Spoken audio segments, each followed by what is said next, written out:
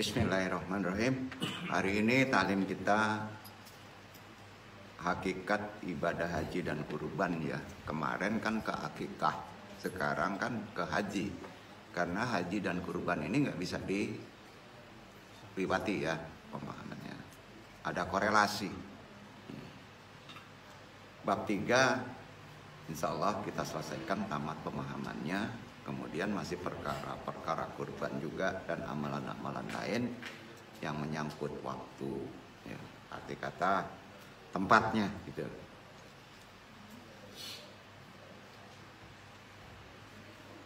Kategori amaliyah, tauhid, fikih, tasawuf.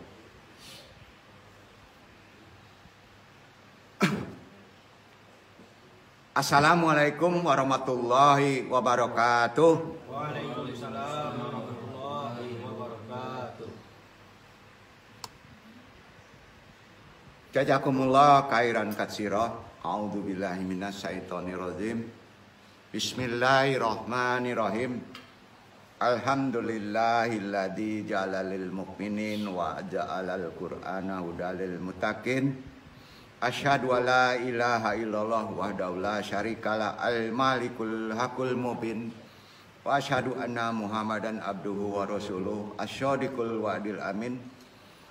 Allahumma wa sallim wa barik wa ala ali syahidina wa maulana muhammadin afdhali khalqi ajmain wa ala alihi wa tabi ajmain wa ma tabi'ahum bi ahsanin ila yaumaidin. Berdoa kita. Subhanallah ilmalana ilama alam tanah innaka antal alimul hakim. Rabbi syari sadri wa yasirli amri wahlul udata milisani yafqahu qawli. Ya Allah, mudah-mudahan pentalim dan juga yang ditaklimi dimudahkan, dilancarkan segala urusannya. Amin amin ya rabbal alamin. Wajali wajiro min ahli robbana taqbainana wa baina qaumina bihaqi wa anta khairul fatikin. Allahumma innaka afuwwum karim tohibul afwa fa'fu anna ya karim. Syahadatal masyayikh Ikhwan YMA wabil khusus rahimakumullah yang dimuliakan Allah, amma ba'du.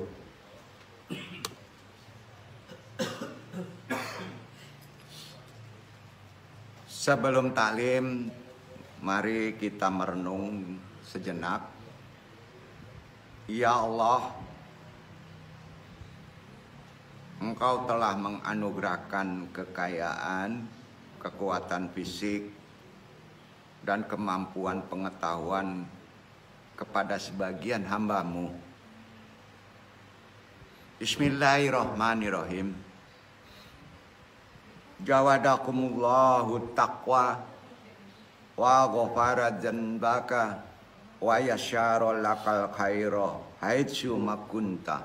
Amin ya mujibas syahilin. Engkau pun telah memberikan rezeki kepada sebagian hamba-Mu sehingga kita mampu berkurban, insya Allah selaras dengan tuntunan ajaran-Mu. Semoga orang yang berkurban dalam ibadah kurban diterima dengan amal soleh yang membuahkan ketakwaan.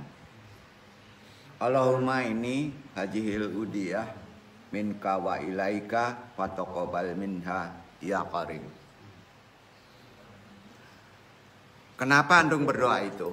Pembuka dari amalan ibadah kurban itu sebetulnya.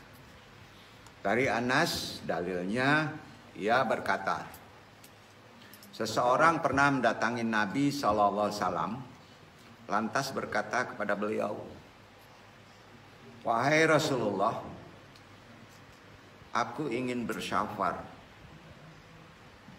bekalilah aku. Rasulullah bersabda, jawadakallahu taqwa. Semoga Allah membekalimu dengan ketakwaan. Tambah lagi padaku, mintanya nih. Nah, kalau doa Nabi minta tambah Pak, ya, jangan minta tambah uang. Ya. Beliau bersabda lagi, wa ghafara dzanbaka. Semoga Allah ampuni dosamu. Tambahkan lagi padaku demi ayah dan ibuku. Mintanya. Nah, ditambah dengan ayah dan ibu. Beliau bersabda, wa yasyara lakal khairo haitsuma kunta. Semoga Allah memudahkanmu di mana saja engkau berada. Hadis riwayat Tirmizi nomor 3444. Hadis ini jelas sahih. Itu amalan. Ya, amalan pada saat kita sesudah berkurban atau memakan daging kurban. Ya. Mudah-mudahan kurban kita, ritual kita, walaupun itu hanya daging tapi menjadikan berkah. Ada makna semua itu.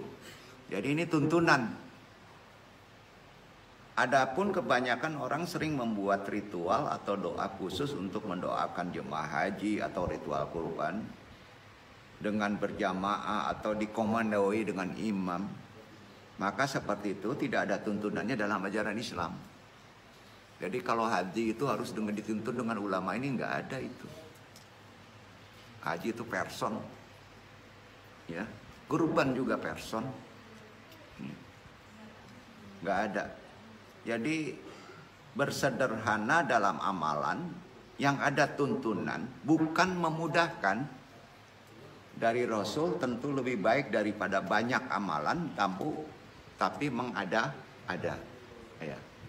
Ada orang naik haji nunggu siapa imamnya, berkurban tunggu siapa yang memotongnya. Syaratnya sebetulnya mudah. Justru hal yang demikian itu tidak ada sunnah, justru berbahaya. Betul kan? Ya, hati-hati dalam perkara kurban dan haji. Jadi jangan mengada-ada, ikuti aja sunnah Rasul, tidak susah. Ya, yang menjadi susah kan mengada-ada. Ya. Itu sebabnya gunanya thalibul ilmu. Ya. Sebentar lagi kita akan menyambut hari raya kedua atau tamu kita bagi umat muslim, yaitu hari raya Idul Adha. Tentunya tanggalnya sudah tahu, sudah 10 Zulhijjah. Ada 2 ibadah di sana yang akan dilaksanakan oleh kaum muslim di seluruh dunia. Ya. Pertama, ibadah haji. Kalau kita tidak ibadah haji, diwakilkan dengan ibadah kurban. Jadi kaitannya ke sana, Pak. Allah tahu kita nggak ada yang mampu bisa haji semuanya kan. Maka ada kaitan dengan ibadah kurban. Karena haji itu terkait sekali dengan amalan-amalan adanya Ka'bah, ya. Dan perintah kurban bagi yang mampu, ya. Kita sama tahu ibadah haji itu kan merupakan salah satu dari rukun Islam, ya. Menjadi hal yang wajib bagi kaum muslimin yang mampu. Betul kan? Sebetulnya kalau kita tidak mampu, rukunnya masuk kedua. Apa Pak? Kurban. Betul Pak? Makanya sunnahnya muakkad. Iya. Allah tahu nggak semuanya mampu, nggak bisa ditampung dunia ini sama Mekah kan? Maka ada ibadah yang disebut kurban. Nah, boleh dikatakan orang yang berkurban dengan ikhlas sama dengan haji loh Pak. Nah, tuh. Jadi jangan sepelekan ibadah itu.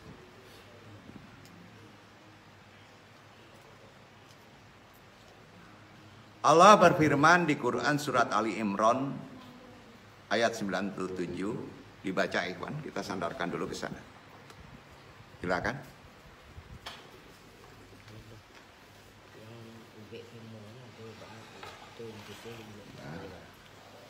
Ubek kemo ibu kok masih ada dong? Ubek kemo masih pakai ubek dokter dong? Dawaan dong. Silakan dibaca Quran surat Ali Imran, kalau tidak salah surat 3 ya, ayat 97. Fihi ayatum bayyinatun.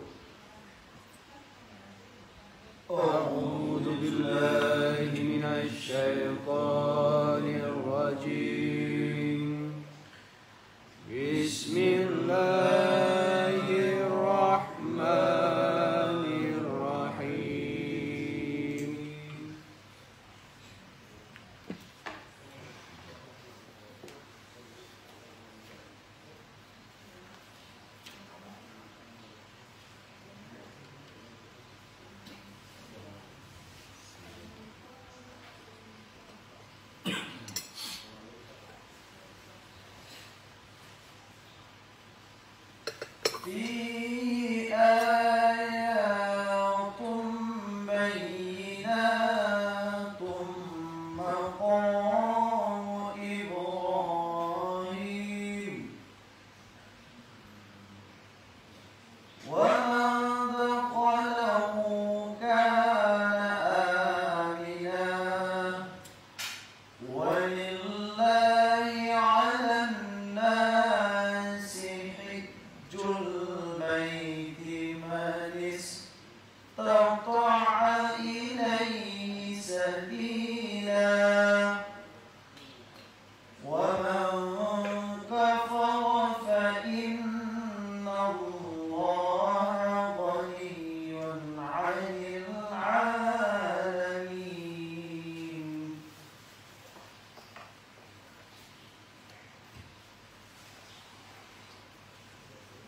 Padanya terdapat tanda-tandanya, di antaranya makam Ibrahim. Barang siapa memasukinya, Baitullah itu menjadi amanah dia. Mengerjakan haji adalah kewajiban manusia terhadap Allah, yaitu bagi orang yang sanggup mengadakan perjalanan ke Baitullah. Barang siapa mengingkari kewajiban haji, maka sesungguhnya Allah Maha Kaya, tidak memerlukan sesuatu dari semesta alam. Ini perlu dibahas lebih dalam. Tentunya kaitannya dengan yang tidak mampu itu harus berkorban. Gitu. Berkorban itu ada rezeki. Dan orang yang berkorban dengan taat, insya Allah labaika, sudah berkah, bisa berjalan satu kali. Jawabannya insya Allah. Jadi nggak ada yang nggak bisa naik haji. Kita curai lebih dalam lagi. Ibadah haji hanya wajib sekali seumur hidup. Sepakat? Wajib sekali seumur hidup. Dasarnya hadis Rasulullah SAW. Jadi yang kedua, yang ketiga nanti dulu Pak. Bukan nggak boleh kedua ketiga ya. Hati-hati bahaya nih. Takutnya keikhlasannya beda. Ya, nanti jadi wisata. Ayo. Yang wajib satu kali seumur hidup. Dasarnya hadis Rasulullah sahih. Ketika ditanya oleh para sahabat, apakah harus dilakukan setiap tahun? Maka Rasulullah terdiam. Hingga para sahabat mengulang pertanyaannya sampai 3 kali. Faqala Rasulullah sallallahu alaihi wasallam, in qulta na'am fi kulli yamin fattafalluhu wa yaqfika maratan wahidatan fil amri. Rasulullah SAW menjawab, niscaya jika saya mengiyakan untuk setiap tahun, maka kalian akan melaksanakannya. Tetapi cukup sekali seumur hidup. Jawaban Nabi. Jadi gimana? Cukup sekali seumur hidup. Ada yang 7 kali ya? Gimana tuh Pak? Ayo. Segala sesuatu yang berlebihan bahaya. Sebaiknya sedekahkan atau kasihkan ke orang lain. Bisa nggak makbul? Bahaya itu.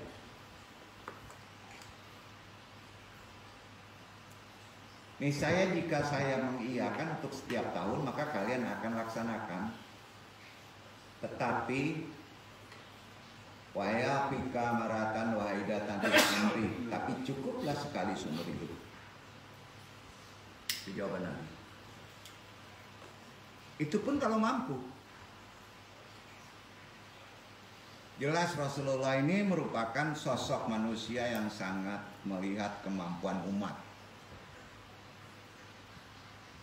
Beliau memikirkan, pasti sudah diberitahu Allah, tidak semua umatnya bisa naik haji setiap tahunnya.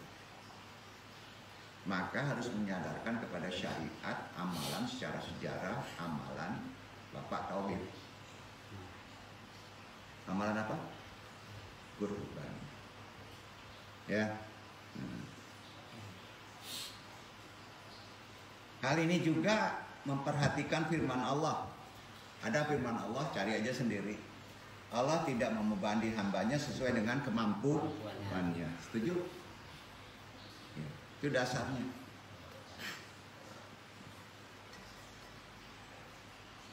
Nabi Ibrahim ketika ingin membangun Ka'bah mengajukan 2 doa permohonan, yaitu menjadikan Makkah kawasan yang aman dan penduduknya dijamin memperoleh rezeki yang melimpah dan halal. Terbukti sampai sekarang. Terbukti sampai sekarang kan? Padahal daerah jahiliyah tuh. Jadi pas kurban ada amalan loh. Insya Allah keluarga kita, jadi jangan pribadi, bisa mendapat rezeki yang halal dan melimpah. Kita lihat dari sejarah. Permohonan Nabi Ibrahim alaihissalam ini dikabulkan karena dia melakukan ritual juga kan. Ya. Sehingga setelah itu dibangun Ka'bah, yang dilanjutkan perintah Allah kepada Nabi Ibrahim untuk naik ke Gunung Abi Qubais.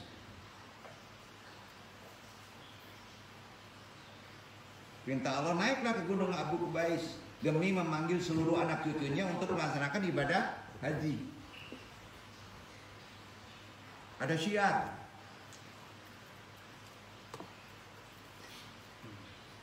Karenanya Allah berfirman di Quran surat Al-Hajj,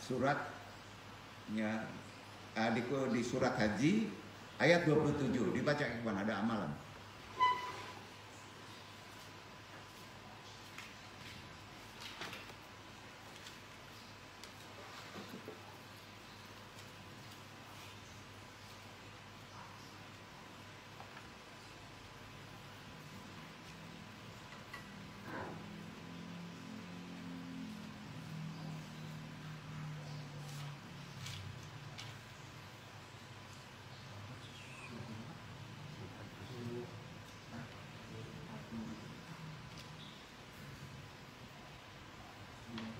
Waduh.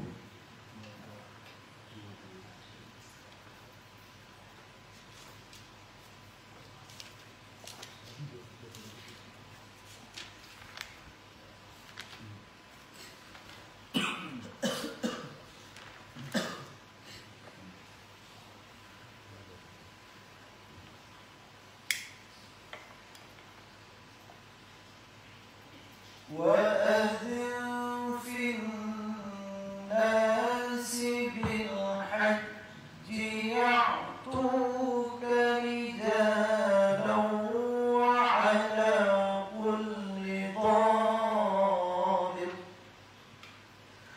وعلى كل ضامر يأتين من كل فج عميق.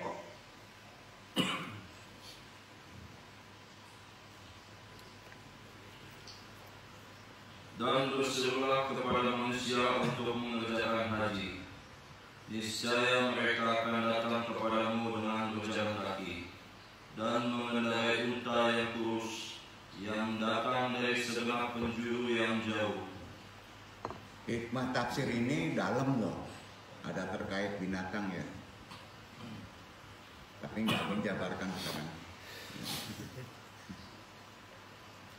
Karena Nabi Ibrahim langsung memotong unta, ya, ada kaitan dengan kurban, Pak. Korelasinya dekat tuh.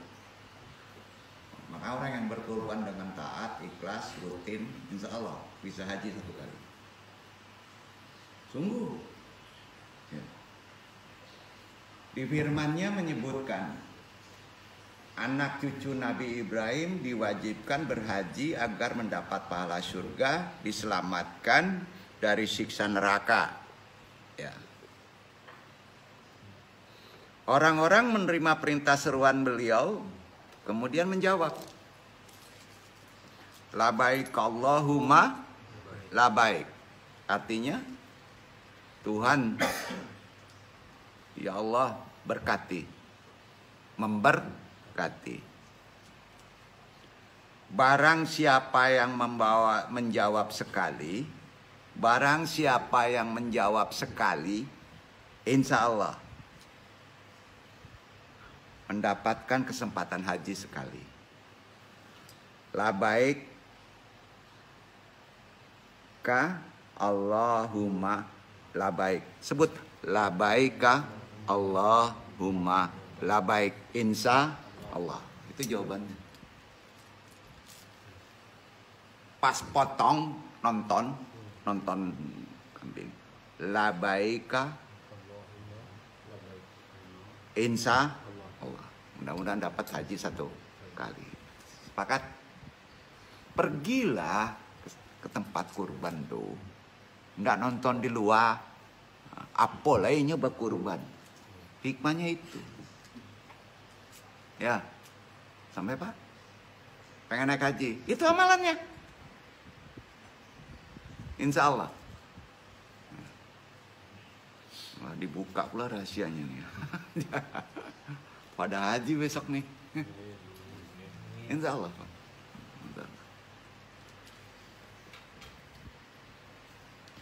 Selain ibadah haji, yang kedua apa? Ibadah kurban kan? Yang akan dilaksanakan umat muslim yang mampu. Kita pahami dulu istilah kurban. Itu sudah ada sejak masa kenabian Nabi Adam alaihissalam loh. Ya. Yaitu pada kedua anaknya yang menyerahkan kurban kepada Allah. Ada yang tahu nggak? Qabil dan Habil. Yang mempersembahkan kambing adalah Habil. Sedangkan yang mempersembahkan makanan adalah Qabil. Yang diterima Allah kambing, Habil. Jadi yang nggak terima Allah yang makanan. Ada hikmahnya ini. Saiko kambing. Aduh anak-anak. Sedekah saiko kambing susah banget. Supaya diterima Allah. Ya. Dan Allah Subhanahu wa taala menerima kambing Habil. Sehingga Ibnu Abbas juga ulama mengatakan begini, yang dijadikan hewan kurban adalah kambing atau kibas.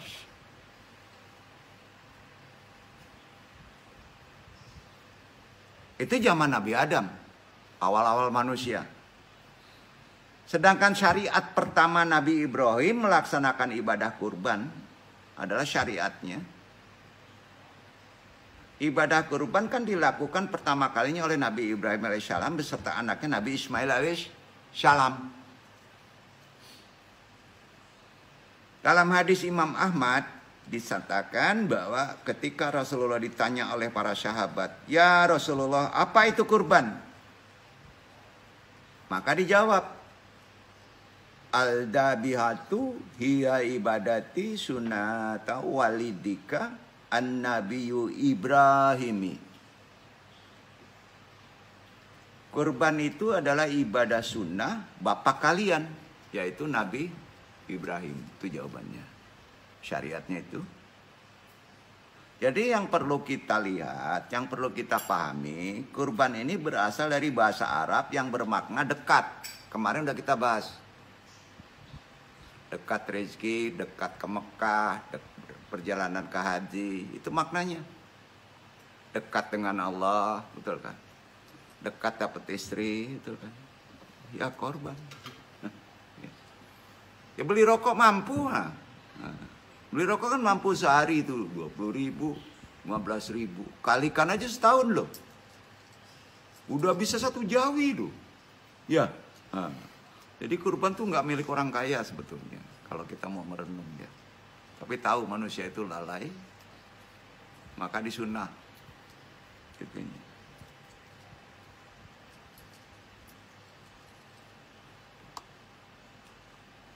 Jadi kurban itu adalah ibadah sunnah bapak kalian Nabi Ibrahim. Dan kurban itu artinya dekat ya. Pengertian dekat jangan dipendekin ya. Dekat rezeki. Ya. Bukan dekat mati, Pak. Nggak ada itu. Dekat mati nggak ada yang tahu. Jadi ibadah kurban adalah ibadah untuk mendekatkan diri. Membuktikan secara syariat sering disebut kesetiaan cinta kepada Allah. Supaya dimudahkan semuanya. Hal ini tidak terlepas dari sejarah Nabi Ibrahim dan Nabi Ismail. Ya. Pada malam 8 Zulhijjah, ya, sebelum 10, beliau Nabi Ibrahim alaihissalam mendapatkan perintah melalui mimpi untuk mengorbankan anaknya. Walaupun Nabi, beliau tidak yakin. Normal, mau motong anak. Ya. Apakah perintah tersebut datang dari Allah ataukah dari syaitan laknatullah? Ragu juga loh. Akhirnya beliau tafakur, berpikir dan merenung.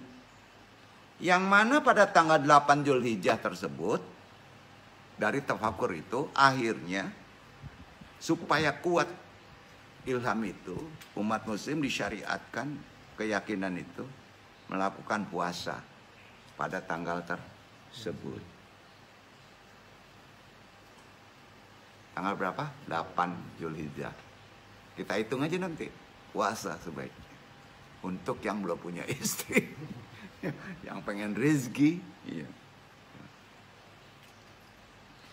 Pada hari selanjutnya, malam tanggal 9, Nabi Ibrahim bermimpi lagi tentang hal yang sama. Baru beliau yakin bahwa itu datangnya perintah dari Allah. Begitu sejarahnya. Hari itu dikenal sebagai hari apa? Hari Arafah. 9 Zulhijjah itu hari Arafah. Bertepatan Nabi Ibrahim berada di Arafah.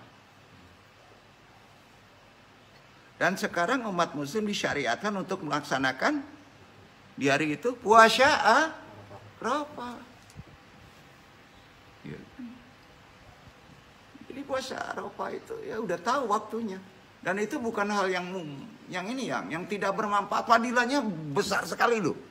Karena setahun sekali ibadah langka. Tetapi pada tanggal ini 9 tadi Nabi Ibrahim menyembelih hewan kurban unta.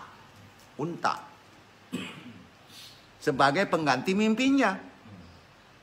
Karena pada mimpinya anaknya Nabi Ismail yang harus dikurbankan. Lalu pada malam selanjutnya beliau bermimpi lagi tentang hal yang sama. Pertama dikorbanin, mimpi lagi.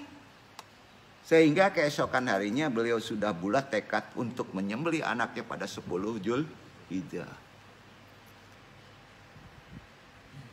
Tibalah waktu yang ditunggu. Nabi Ismail pun dengan hati yang sabar menyanggupi perintah Allah melalui mimpi bapaknya. Jadi nggak bisa dipungkiri ya, namanya juga ada manusia ya, walaupun dia nabi ya bukan mengecilkan. Hati seorang bapak menangis. Ya. Hal ini tentang pertarungan perasaan seorang ayah dan di sisi lain merupakan kewajiban seorang rasul kan? Iya kan? Allah memberikan fadilah akhirnya kepada bapak dan anak ini. Ismail yang akan disembelih tergantikan tiba-tiba dengan seekor kambing kibas. Kambing. Maka kambing itu lebih cenderung kepada individu. Kalau unta, sapi lebih cenderung kepada amalan permohonan. Ya. Jadi pertama onta dulu dipotong pada 9. 10-nya mau memotong Nabi Ismail anaknya diganti dengan kambing. Begitu sejarahnya Pak. Dan ini syahid di sini. Ini bapak-bapak boleh aja. Satu sapi, satu kambing. Satu umum, satu individu. Sanggup? Gak ada duit nu. Ya melarat terus. Sanggup sebenarnya itu.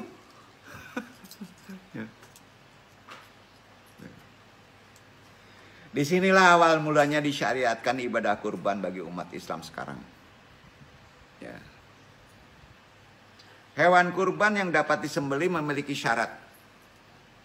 Andung matan ini tidak andung kurangi ya, nggak ditambah-tambah.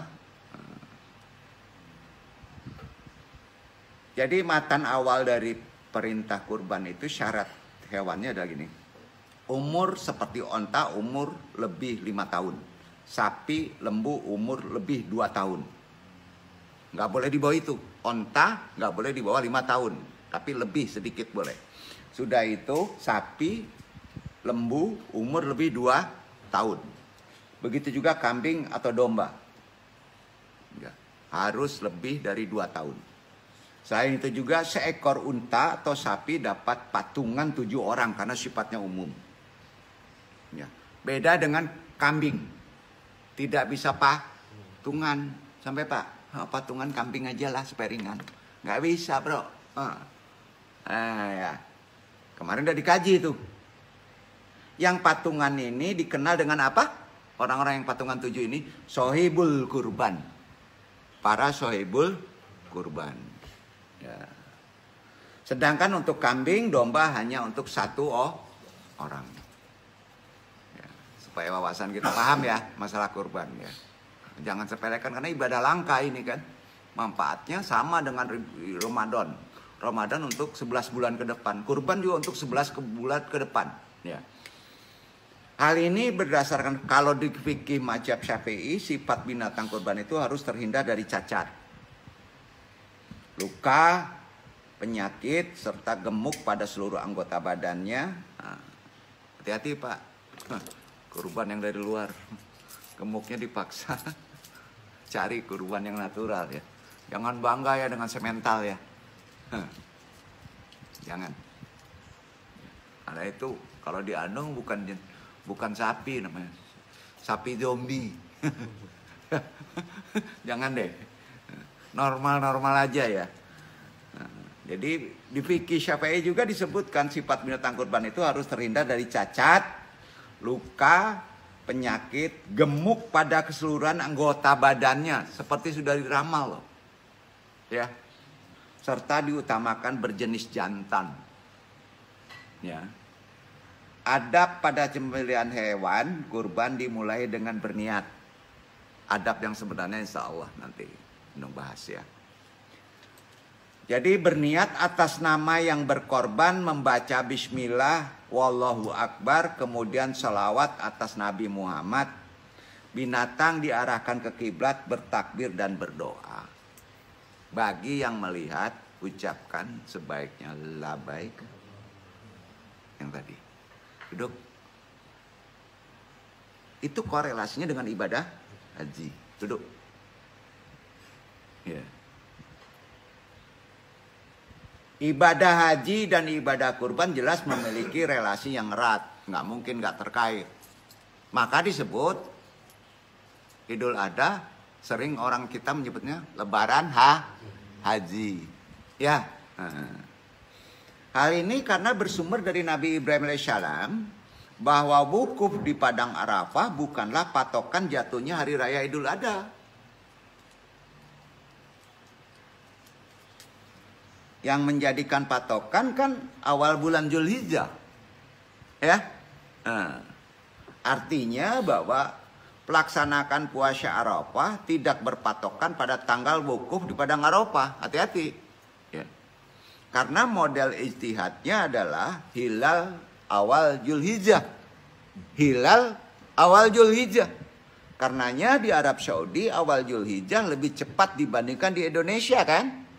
Karena apa? Karena hilal sudah tampak melalui ru'yah. Ini pusing nih kalau nggak paham. Ya. Hal ini dilandaskan pada atsar sahabat. Atsarnya begini. menjelaskan suatu ketika sahabat Rasulullah Ibnu Abbas mengutus sahabat lainnya, Quraib, mengunjungi Damaskus untuk menemui Muawiyah. Di sana sudah berpuasa Ramadan di Damaskus. Kemudian Quraib berkata kepada Ibnu Abbas, di sana sudah berpuasa, apakah di sini juga harus berpuasa? Ibnu Abbas kemudian mengutip hadis Rasulullah riwayat Muslim, mengatakan li kuli baldatin ruya tuha. Ini mungkin perkara ini akan andong curai lebih khusus ya, karena menyangkut hukum wakat ya. Semoga Allah dengan pemahaman ini mengizinkan kita di sini wabil khusus Ikhwan YMAA untuk bisa melaksanakan ibadah haji dan umroh. Labaik Allahumma labaik. Tuhan memberkati. Insya Allah akan mendapatkan kesempatan haji sekali. Qabil tuh. Bapak? Itu hukumnya pasti. Tapi amalan yang benarnya tolong datangi kurban tadi. Duduk. Nah itu pada sulit nggak haji Pak. Syariatnya nggak dijalanin ya. Keajaibannya kan itu Pak. Kalau kemarin keajaibannya terkait dengan akikah. Kalau sekarang kaitannya jelas dengan haji. Kurban ada kaitan-kaitannya loh.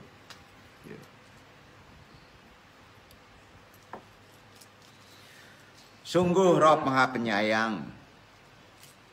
Kita hidup tidak dibiarkan untuk menghadapi kehidupan ini sendirian loh.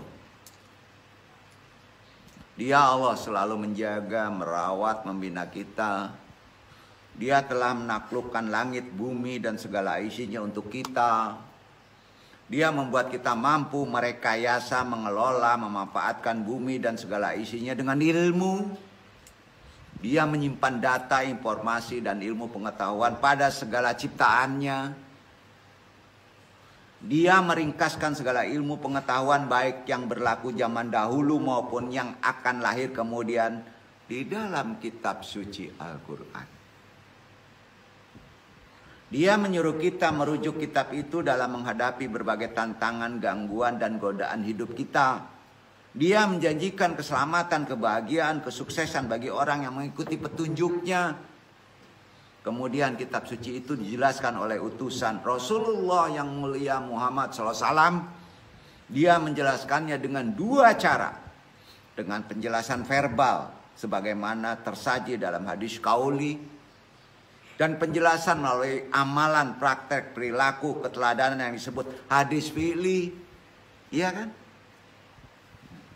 Allah mengutus Nabi sebagai model aktual, idola, second love kita. Beliau memberikan contoh bagaimana mengamalkan ajaran Islam secara utuh, kafah, mulai dari bangun hingga tidur kembali, mulai dari anak-anak hingga dewasa, mulai dari lahir hingga wafat, dan mulai dari urusan dunia hingga urusan akhirat. Semua ajaran yang ditampilkan, beliau wajib kita teladani, selaras dengan kapasitas kita masing-masing. Sehubungan dengan penjelasan ini, karenanya Allah berfirman, kalau kita ingin aman, ingin rezeki kita bagus, ingin kita tenang, ingin dekat dengan Allah, Quran surat Al-Ahzab ayat 21. Silakan dibaca Ikhwan.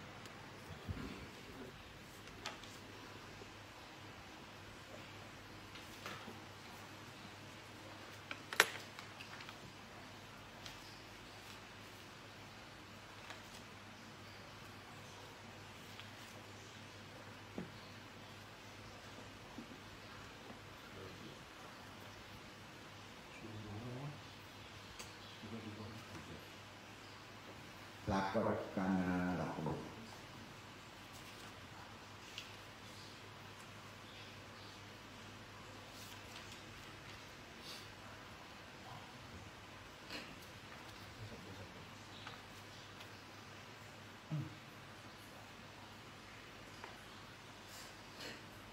لقد كان لكم في رسول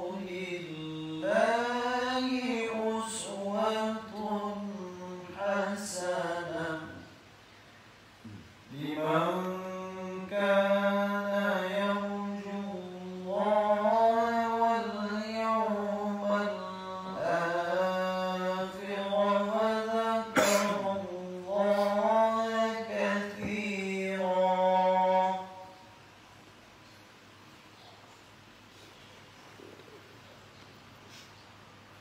Sesungguhnya telah ada pada diri Rasulullah itu suri teladan yang baik bagimu, yaitu bagi orang yang mengharap rahmat Allah dan kedatangan hari kiamat, dan dia banyak menyebut Allah. Jadi ajaran kurban, ajaran haji itu terkumpul memang semuanya, walaupun spesifikasinya kepada masing-masing nabi ya. Tapi terkumpul kepada Rasulullah SAW. Demikian pula halnya dengan para nabi lainnya juga ada ajarannya. Syariat kurban, syariat haji ada di Nabi Ibrahim, Nabi Ismail. Nabi Isa alaihissalam contohnya. Teladannya apa sih?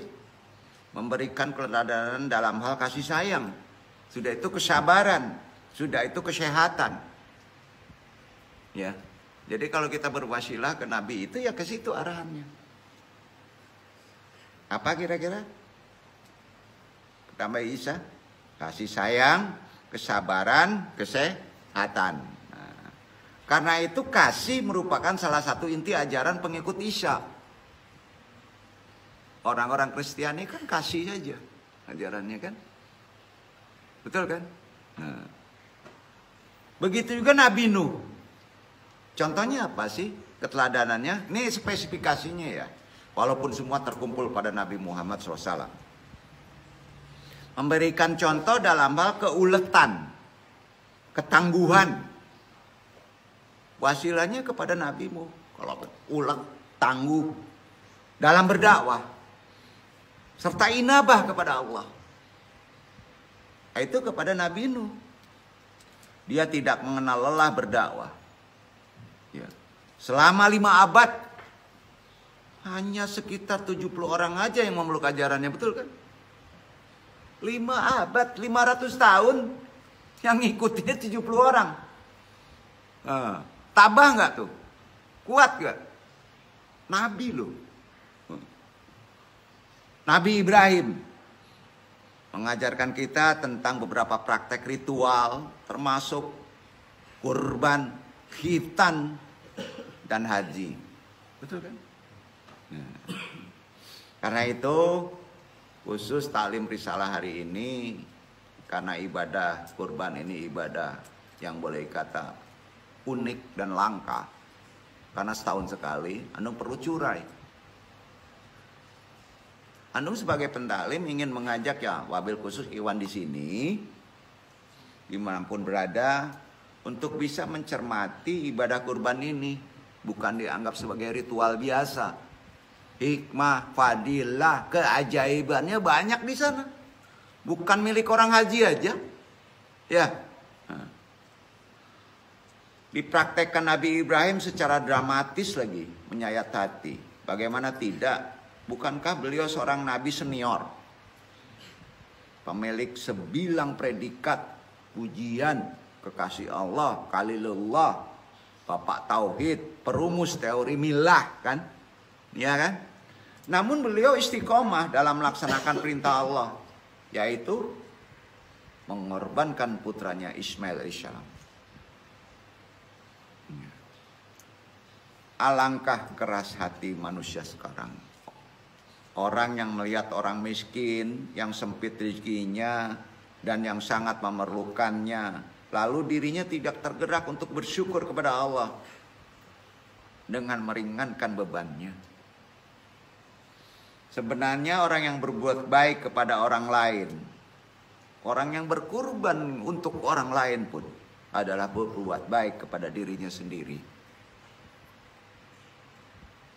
Sebab perbuatan baik itu merupakan ungkapan syukur. Kurban itu intinya syukur juga. Dan dengan syukur ini dia terhindar dari azab Allah. Karenanya Allah berfirman di An-Nisa Surat 4 ayat 147. Ada amalan. Kalau ada 7 ada amalan lah ya. Nah, silakan dibaca ya, Ikhwan.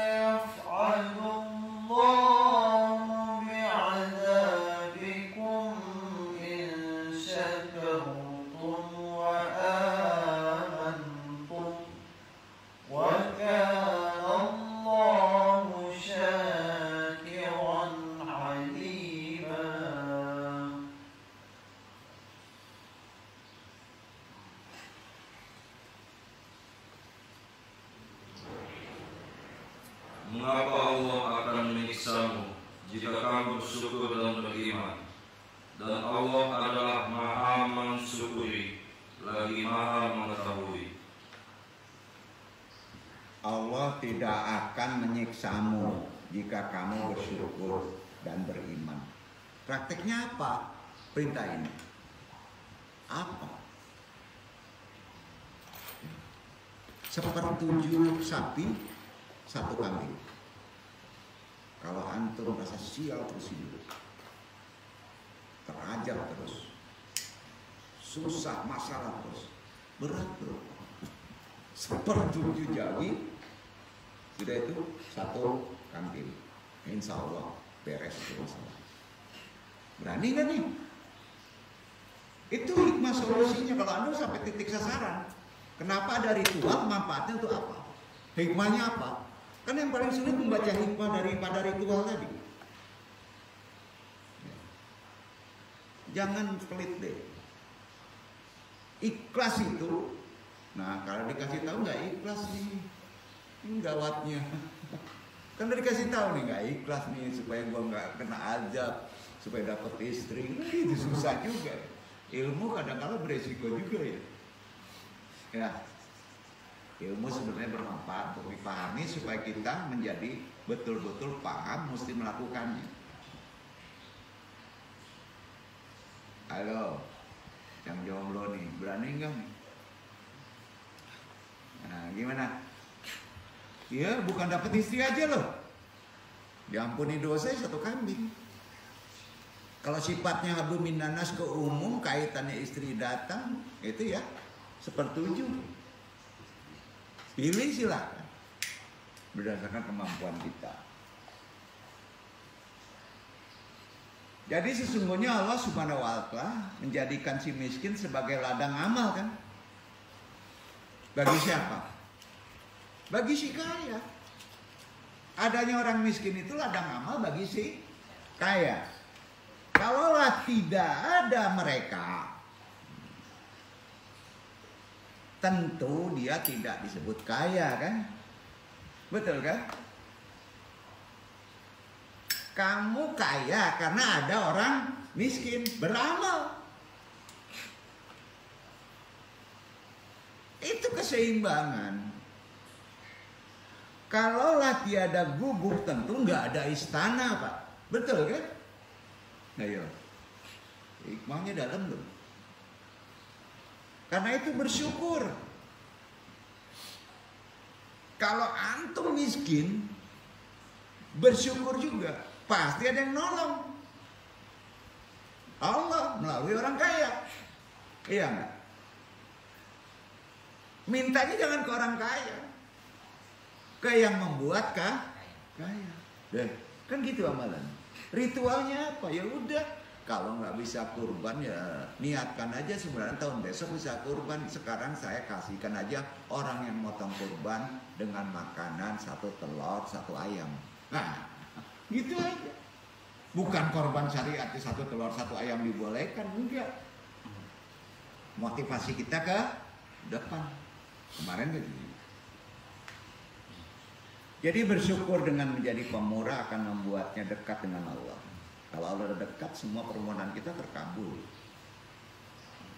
Kalau dia dekat dengan Allah, pasti dekat dengan manusia mendekat. Pasti itu. Dan tetap jauh dari api neraka. Sedangkan orang bakhil itu jauh dari Allah dan jauh dari manusia. Tapi dekat dengan api neraka, kan gitu hukumnya.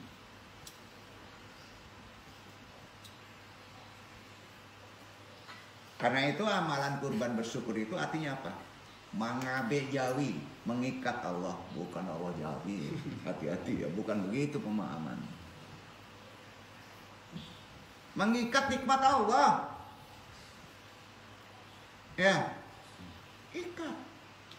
Kenikmatan itu tiada pernah lepas selama kita mensyukurinya, dan kenikmatan itu sirna jika kita mengingkarinya. Bersyukurlah dengan ritual kurban itu, karena syukur itu amalannya adalah berkurban. Salah satu amalan yang keren. Ingat waktunya terbatas, 4 hari.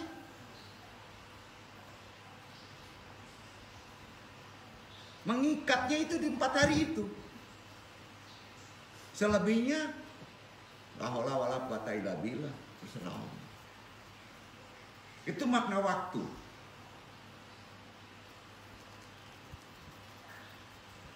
Ikatlah nikmat Allah itu pada ibadah kurban. Syukur-syukur antum bisa haji. Makbul itu doa di sana. Perlu ilmu. Bersyukurlah kepada orang yang berada di atas kita, tetap syukuri. Bersyukur kepada orang yang setara dengan pembalasan. Bersyukur kepada yang di bawah kita dengan mengutamakan, memprioritaskannya, membantunya. Bersyukur dengan kolbu, memujilah dengan lisan, balaslah dengan tindakan. Apa amalan kita? Syukur, alhamdulillah, bersyukur begini. Nggak bisa begitu. Nggak bisa. Simbolnya apa? Kurban itu simbol.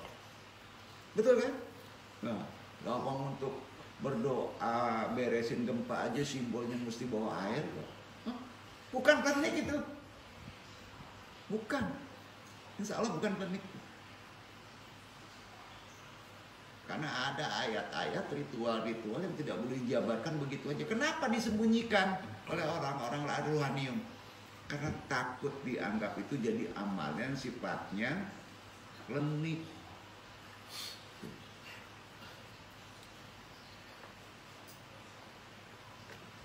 Karenanya ibadah kurban sebenarnya implementasi dari amal syukur yang diamalkan untuk merebut, mengikat cinta Allah. Camkan itu. Jadi tolong kejar, ini mumpung ada waktu setahun. Jadi bukan ritual yang aneh-aneh. Ritualnya yang pasti ada di syariat, pasti ada hikmah.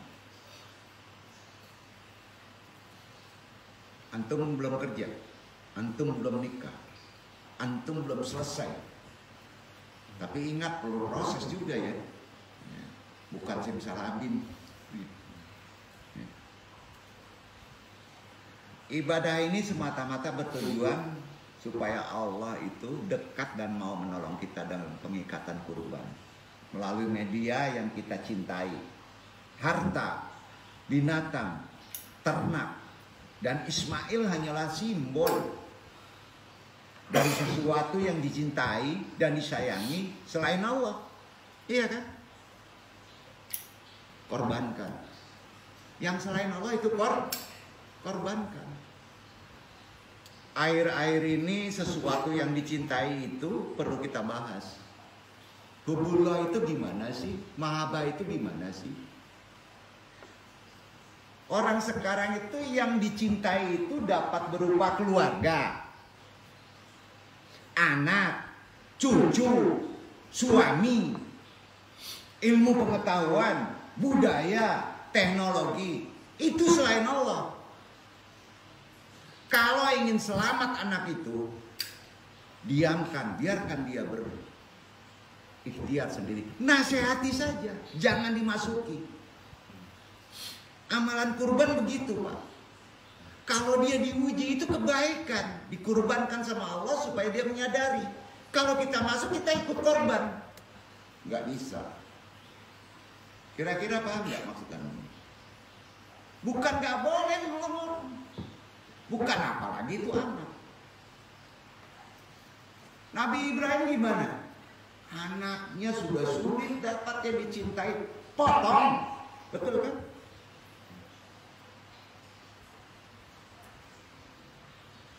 Supaya kita bisa dekat kepada Allah. Tidak akan tercapai selama cinta kita masih mendua. Tauhid kita ke sana. Nggak akan bisa. Yaitu cinta kita kepada Allah. Dan kepada hal selain Allah. Gimana? Renungkan aja Pak. Posisi ini hanya dapat diraih dengan melepaskan, mengorbankan apa yang kita cintai sehingga jelas kemurnian cinta, tauhid kita hanya kepada Allah. Jangan dikalahkan Allah dengan cinta kita kepada anak, dengan harta. Tolong. Coba kita teladani Nabi Ibrahim sebagai nabi yang memiliki sebilangan gelar.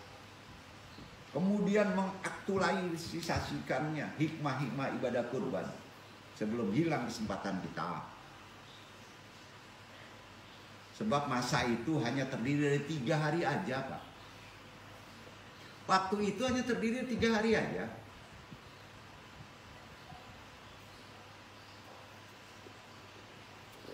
Pertama, hari ini yang telah berlalu yang tidak dapat kita ulang. Ia merupakan guru tarbiyah yang sangat bijaksana. Hari yang telah berlalu itu guru. Kalau udah kejadian itu guru, jangan sampai terulang. Kedua, hari yang akan datang kita nggak tahu, bukan milik kita. Itu milik Allah. Jangan dicemasi, ikhtiar aja. Berdoa saja, apakah kita akan mengalaminya atau tidak. Wallahu alam. Jangan mendului Allah. Ketiga, hari yang tengah kita jalani. Saat ini, yang semestinya dimanfaatkan dengan sebaik-baiknya. Setuju? Itu ilmu wakat sebetulnya. Ingat, hari kurban, sore hari, kita tetap bermohon kepada Allah, mudah-mudahan ditemukan. Waktu yang sangat mustajab, 4 hari itu. Amalkan.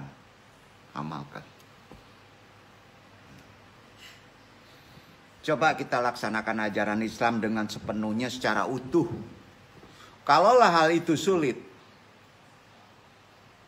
kata Nabi, lakukan coba 1/10-nya. 1/10-nya aja. Rasulullah bersabda, An Abi Hurairah radhiyallahu anhu, An-Nabi sallallahu alaihi wasallam qala, innakum fi zaman taraka minkum usrama umira bihi halaqa summa yati zamanun man amila minkum bi usri ma umira bihi naja. Akhraja Al-Tirmidzi babdu anha.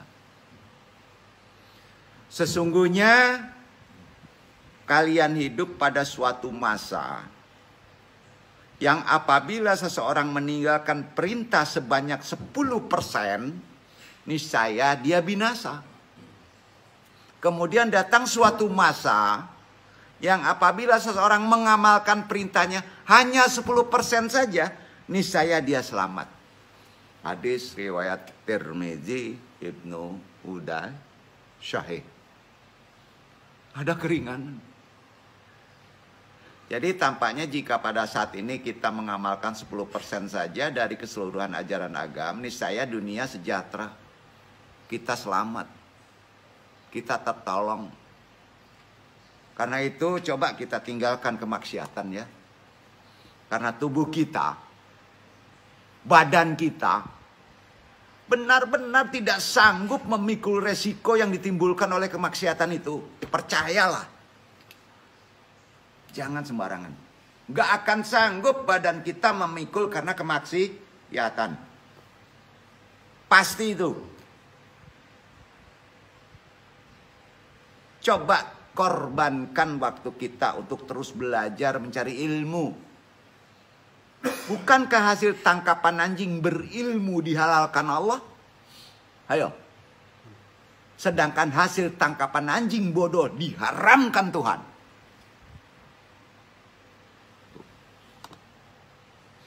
Akhir-akhir ini sumber daya alam bukan merupakan suatu andalan. Kalau tidak. Akhirul zaman masih cari emas, gila orang itu. Bukan. Sekarang zaman pembangunan berbasis ilmu, talim, pengetahuan zamannya. Karena daya alam udah habis. Itu umat akhirul zaman. Jadi kalau antum ada laptop baru, ya beli aja, pelajari. Ilmu pengetahuan di sana. Nggak apa-apa. Jangan gali-gali sana ini, jangan deh. Bukan waktunya. Siapa yang menguasai ilmu, pengetahuan, informasi, dialah yang menguasai dunia, betul? Logikanya gitu. Jika kita tidak mau meningkatkan kualitas diri kita, maka kita akan menjadi bangsa konsumen. Menjadi mangsa bagi bangsa lain. Sehubungan dengan kondisi ini, Nabi Muhammad SAW bersabda. Agak panjang. Langsung aja pengertiannya. Diriwayatkan dari Syauban bahwa Rasulullah SAW bersabda. Seperti meramal, tidak. Sudah ditunjuki. Bangsa-bangsa nyaris mengeroyok kalian seperti kerumunan orang lapar mengeroyok nampan makanan. Kata Nabi. Sekarang ini. Seorang sahabat bertanya, apakah pada saat itu umat Islam merupakan kaum minoritas? Nabi menjawab, justru kalian sebagai kaum mayoritas. Betul? Banyak sekarang umat Islam, mayoritas. Nabi berkata demikian. Namun kalian adalah buih, seperti buih bah. Sungguh Allah akan mencabut rasa takut terhadapmu dari hati para musuhmu. Sungguh Allah akan memasukkan al-wahan ke dalam hatimu. Apa itu al-wahan ya Rasulullah? Cinta dunia. Takut mati. Itu sekarang. Berani tampil beda? Kaitan dengan kurban, Pak. Karena itu coba kita sembuhkan penyakit cinta dunia dengan berkurban. Bukankah Nabi pernah bersabda, man lam yudahi wahu qadir taqrijudu min musyali. Barang siapa tidak berkurban sedangkan dia mampu melakukannya, nyala dari tempat sholatku. Betul? Sahih.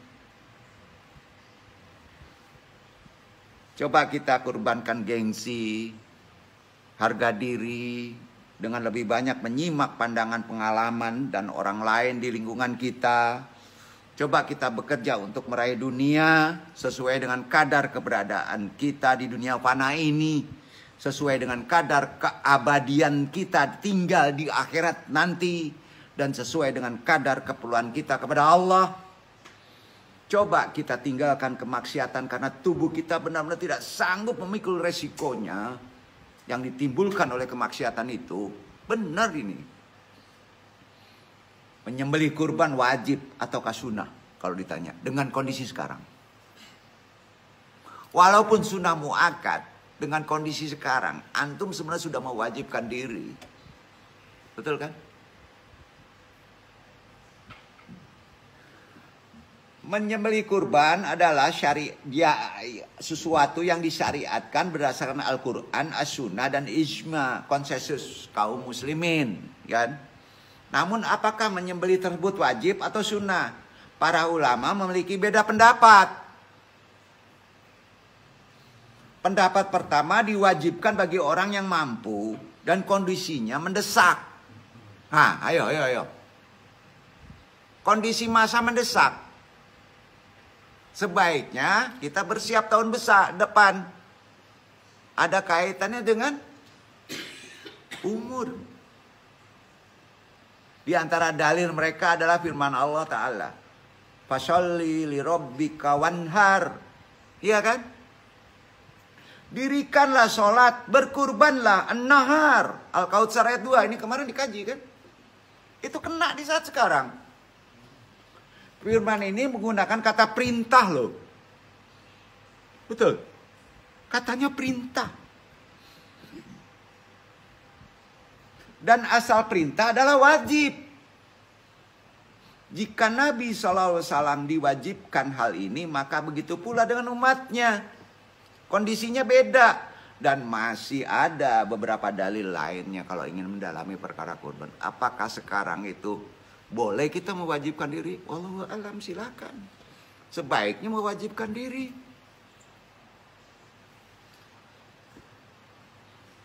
Pendapat kedua, sunnah muakkad, tidak wajib. Berpendapat bahwa menyembelih kurban adalah sunnah muakkad. Pendapat ini dianut ulama Syafi'iyah dan Hambali. Pendapat yang paling kuat dari Imam Malik. Dan salah satu pendapat dari Abu Yusuf, murid Abu Hanifah. Jadi yang sunnah muakkad itu bukan ke asal dari sejarah, tapi dari mazhab, hasil ijtihad. Ya, anu bukan menyepelekan ahli mazhab, kita aja yang berpikir. Kondisi sekarang perlu nggak kita kurban, gitu aja. Jangan diperdebatkan itu. Kira-kira paham maksud Ustadz ya? Kayak Nabi SAW bersabda, "Idza daqal sahru du al-huzat wa arada ahadukum ayyadaba kurbanan fala yaksir min syari wa ajafirihi." Jika masuk bulan Zulhijjah dan salah seorang dari kalian ingin menyembelih kurban, maka hendaklah ia tidak memotong sedikit pun dari rambut dan kukunya. Maksud di sini adalah dilarang memotong rambut dan kuku. Sohibul kurban itu sendiri, maksudnya begitu. Ya, maksudnya gitu. Hadis ini mengatakan wa yurid wahid minkum. Dan salah seorang dari kalian ingin. Artinya ingin. Hal ini dikaitkan dengan kemauan. Ingin itu kan kemauan. Seandainya menyembelih kurban itu wajib, maka cukuplah Nabi SAW mengatakan, "Fala taksirihi min syari wa ajafirihi." Maka hendaklah ia tidak memotong sedikit pun dari rambut dan kukunya, tanpa disertai adanya kemauan. Masih pusing nih pas ini. Nah gini. Alasan ini tidak diwajibkan karena Abu Bakar dan Umar tidak menyembelih selama setahun atau 2 tahun karena khawatir jika dianggap wajib. Ya. Mereka melakukan semacam ini karena mengetahui bahwa Rasulullah SAW sendiri tidak mewajibkannya, betul. Tapi ada saatnya harus. Makanya muakkad. Ditambah lagi tidak ada satupun sahabat yang menyelisihi pendapat ini. Kita tentunya akan lebih cenderung pada pendapat yang kedua. Kurban sunnah, kurban pun tidak wajib, tapi bisa menjadi wajib. Apa ya? Gitu aja. Jadi prinsipnya, seandainya tidak ada dalil dan hadis Nabi yang menguatkan salah satu pendapat di atas, maka cukup perbuatan mereka berdua sebagai hujah yang kuat bahwa kurban bisa wajib, bisa sunnah, namun sunnah dianjurkan. Fa'in yutiu Abu Bakar wa Umar yarsudu. Jika kalian mengikuti Abu Bakar dan Umar, pasti kalian akan mendapatkan petunjuk. Bukan mazhab. Bukan? Oh ya, bukan mazhab ya. Bisik ini bukan mazhab ya. Sudah sepantasnya seorang yang telah berkemampuan, kondisi waktunya untuk menunaikan ibadah kurban ini, agar ia terbebas dari tanggung jawab dan perselisihan yang ada. Tolong jangan meninggalkan ibadah kurban dan berkurban jika seorang mampu untuk menunaikannya. Sebetulnya kita mampu. Karena Nabi SAW sendiri memerintahkan, tinggalkanlah perkara yang meragukanmu kepada perkara yang tidak meragukanmu. Sekarang Anda memerintahkan kurban, ragu atau tidak ragu? Sunahnya ke mazhab atau ke sunnah sahabat atau ke sejarah? Silakan. Antum sendiri yang berpikir, kan ini di-share nih. Ya. Karena dengan berkurban, kondisi sekarang akan lebih menenangkan hati, melepaskan tanggungan, beban, dosa. Tanggungan kita perlu rizki. Hanya Allah yang memberi taufik dan hidayah. Semoga Allah memudahkan kita untuk melakukan ibadah yang mulia ini dan menerima setiap amalan soleh kita. Segala puji tentunya hanya untuk Allah yang dengan nikmatnya segala amalan menjadi sempurna. Sampai Pak, mudah-mudahan bermanfaat kaji ini. Dan kita sudah tahu, kita tutup kaji ini. Insya Allah besok kita apa sih niat doa secara benar. Kondisi waktu kita sebelum kurban, memasukin kurban di bulan Syawal ini. Wabillahi taufiq hidayah, banyak maaf. Wassalamualaikum warahmatullahi wabarakatuh.